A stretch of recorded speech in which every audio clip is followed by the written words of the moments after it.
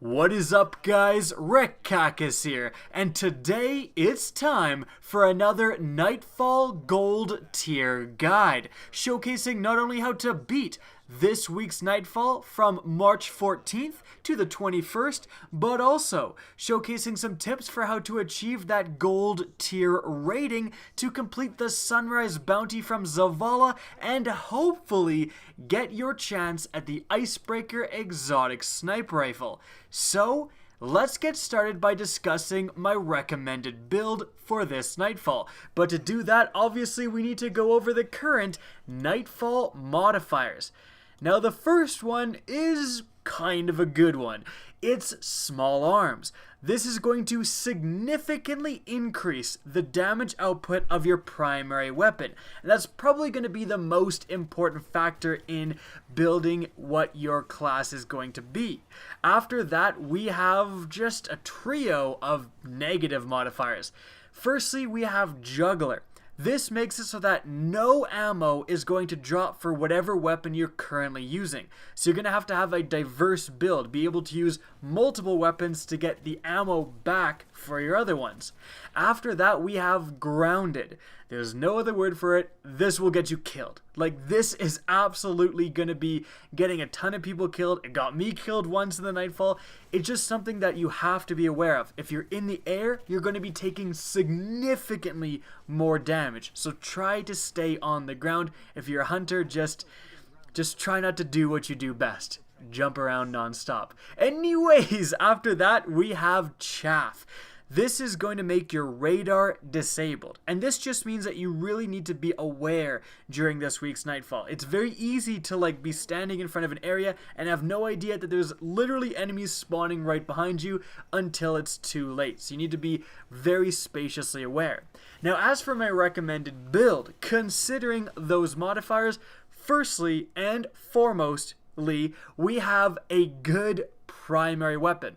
I'm using the Steel Medulla Wrath of the Machine Raid Pulse Rifle. But frankly, there are so many good primaries that would work. The Outbreak Prime would probably be the best, but I assume a lot of you guys watching this guide might not have one. Even something like the Suros Regime, the Bad Juju would be excellent. The Zalo Supercell, any powerful primary would be good. But if you do have a Wrath of the Machine primary, any of the primaries, consider using it because it has the Whirlwind's Curse perk, which makes it do more damage against Fallen. And the featured strike for this Nightfall is Sepiks Perfected, so you're going to be fighting a lot of Fallen.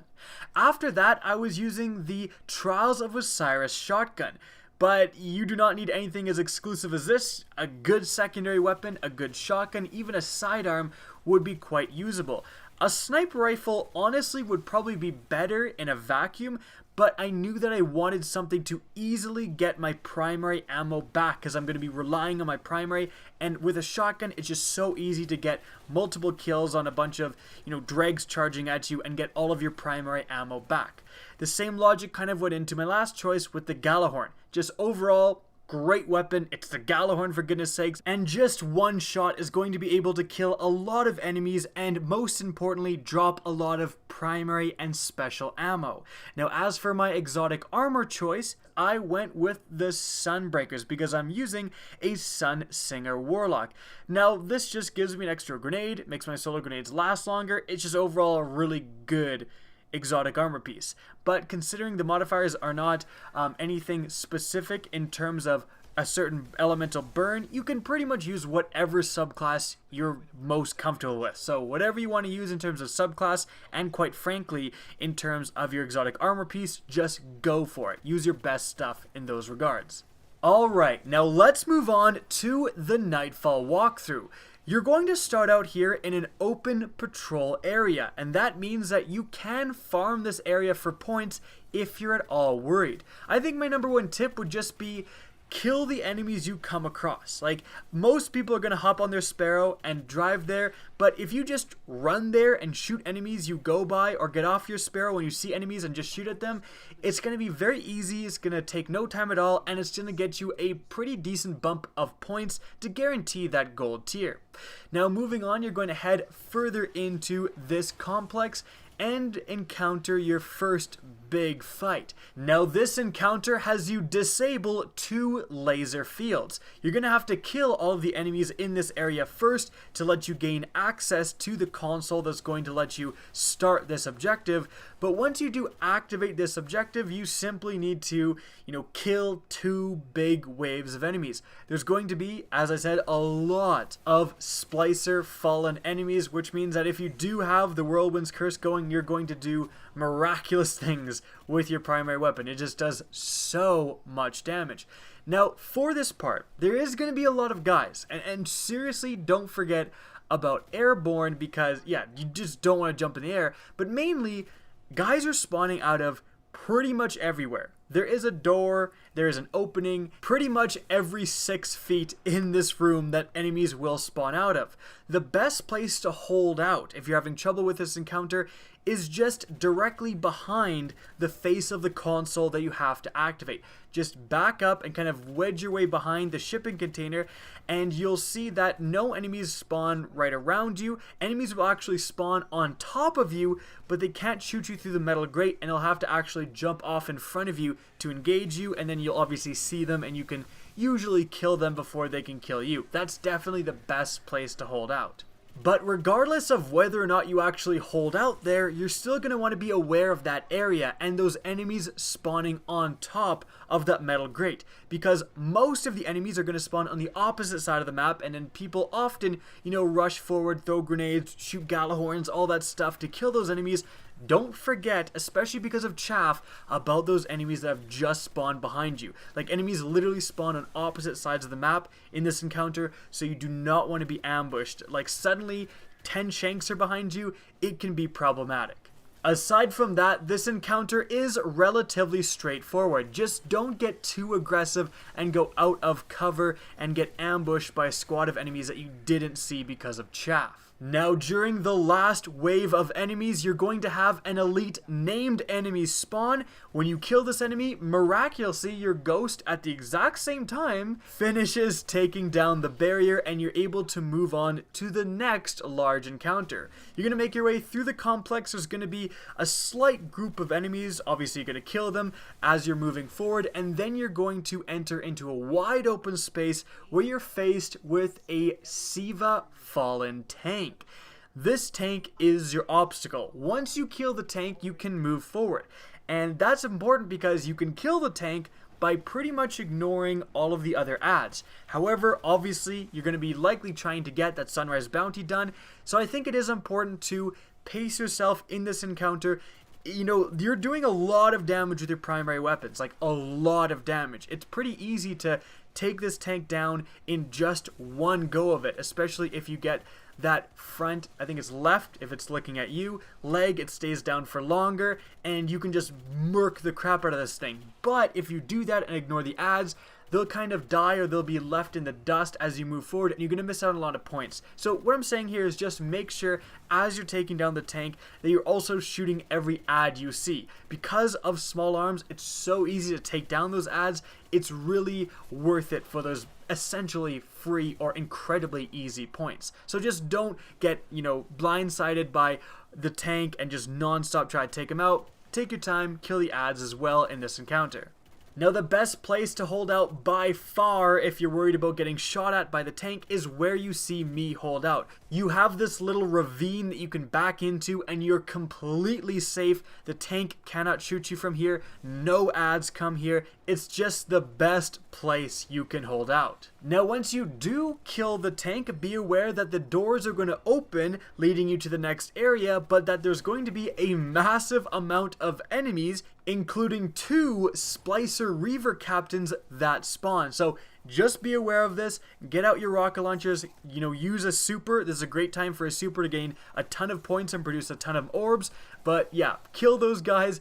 Don't just stand near the door and watch it open and get shanked to death. shanked to death by the captains.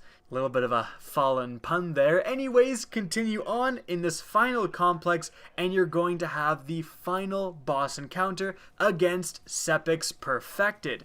Kill all of the ads in this area, and that's going to trigger the boss fight. So you can take your time, reload, get ammo, pop synths, whatever you want to do. As long as you're keeping like 1 or 2 ads alive, the boss fight won't actually begin. So as soon as you've killed all the ads, then we're going to get started with the boss fight. Now, a quick overview for the mechanics, if this is someone's first time ever doing this, and that is entirely possible. People buy Destiny every day.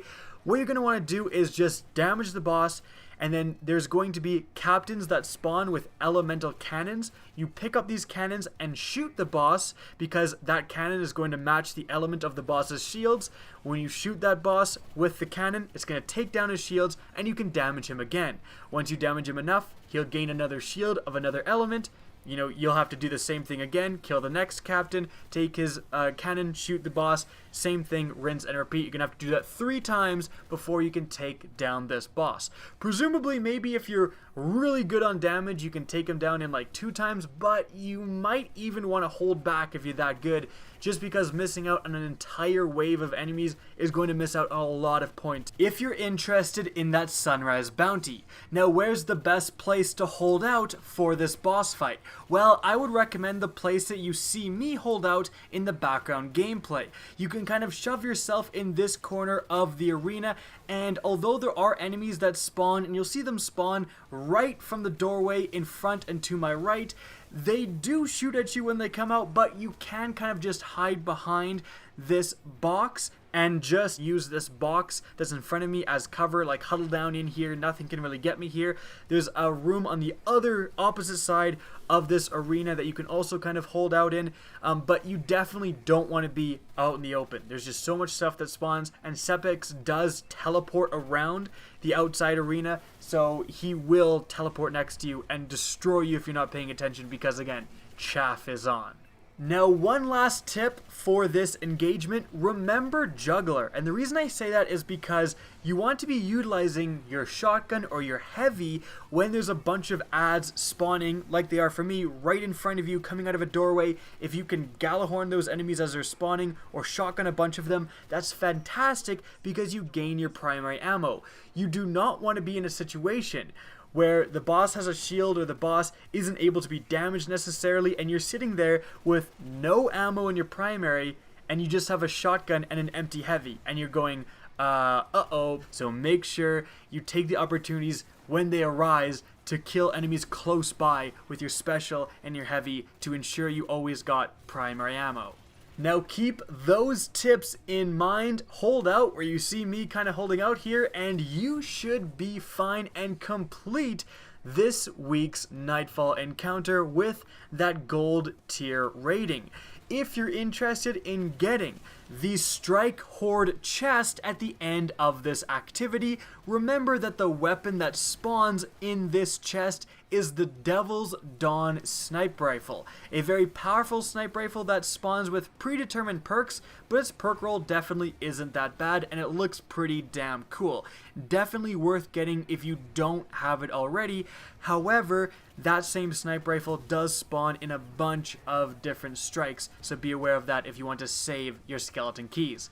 Guys, that's going to be it for this week's Nightfall Gold Tier Guide. I hope you enjoyed and found this informative. If you did, please remember to help me out by simply rating and especially sharing this video.